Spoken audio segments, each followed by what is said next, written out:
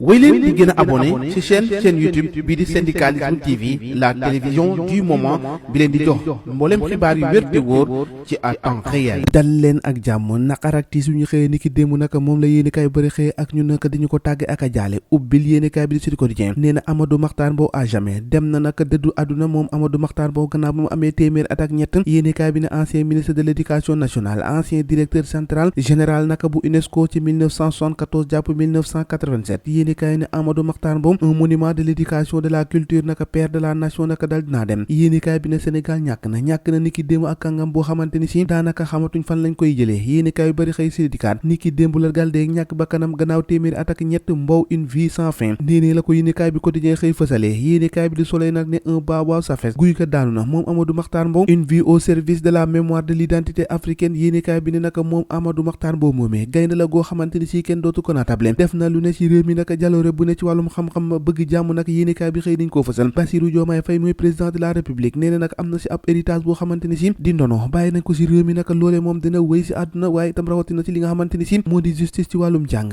culture naka ci wàllum àdduna bi yëpp ab hommage boo xamante ni si njukkal delloon nañ ko ki nga xamante ni si moo di Amadou Mahtar Mbow ak li nga xamante ni si moom la dal dee def muy di jéego yoo xamante ni si kenn doodu ko naatable laas nee na gannaaw téeméer at ak ñett ak jéego yi nga xamante ni def na ko moom Amadou Mahtar Mbow un siècle d'humanisme se referme yéenekaay bi ne na ma ko passe boobee tëju na gannaaw naka jéego yu am solo ci wàllum dund ak bëgg doomu aadama boo xamante ni si moom Mbow def na ko Walfadjri yéenekaay xëy di ñu ko tàgg ak a jàll nee na naka téeméer at ak ñett yoo xamante ni Amadou Mahtar Mbow am na ko Sénégal ñàkk na ab patrimoine mondial boo xamante ni si def na jaloore ju ne yéenekaay bi ne na moom daanaka ñëpp a maaseeloo nangul ko li nga xamante ni moom Amadou Mahtar Mbow def na ko ñu inspiré premier africain bi nga xamante ni si moo jiite UNESCO loolee nag di guleet moom Amadou Mahtar Mbow moo ko dal dee jiite ndono gi nga fi bàyyi naka ci li nga xamante ni si moo di way politique war nañ cee xool les hommages de Diomaye Macky ak Sonko ñoom ñëpp dal nañ ko njukkal ba noppi nag daal di koy tàggee ko nag waa réew mi tribune yéenekaay ne application conclusion assises yi nag am na bel hommage boo xamante ni si ca lañ waroon a jaaree delloo njukkal Amadou Mahtar Mbow waa mel na ni naka nguur gi nag dañ ko dal dee raté Bougane Gueye Dany ci biir yéenekaay bi ne nation ñàkk nañ koo xamante ni si ab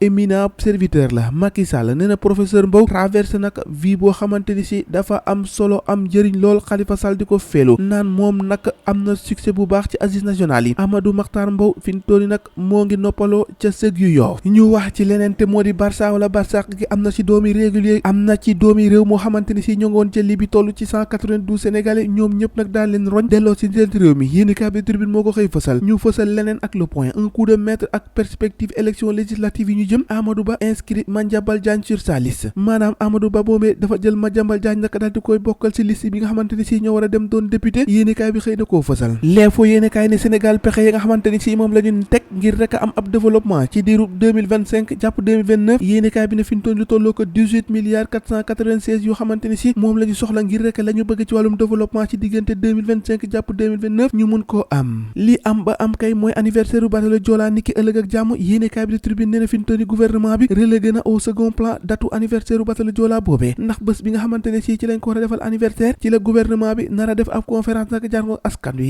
yéenekaay bi ne naka la waroon def moo di bés boobee mu jagleel ko nag anniversaire u bateau Joola gi que nag taxaw fee nag na def ay conférence de presse lu kenn xamul le public yéenekaay xëy nataal naka Lat Diop mel ni naka kuy jaxase Lat Diop ak ki nga xamante ni si ñoom la àndaloon yéenekaay bi ne reddition des comptes ou règlement de compte le duo nag ñoo ko dal dee képp Lat Diop yéenekaay bi ne fi ñu toll daanaka ñamu àndaloon yëpp dañ ko woon ginnaaw yéenekaay bi moo xëy di ko fësane Lat Diop arrêté Amadou Ba Cheikh Oumar Anne ak Alioune Sall kenn déggul leen ñu wax ci mbir mi moom ba léegi te Lat Diop mu ngi ci loxol yoon mbir maa ngoog ñoo ko déggandoo jàngeen jëf ba ëllëg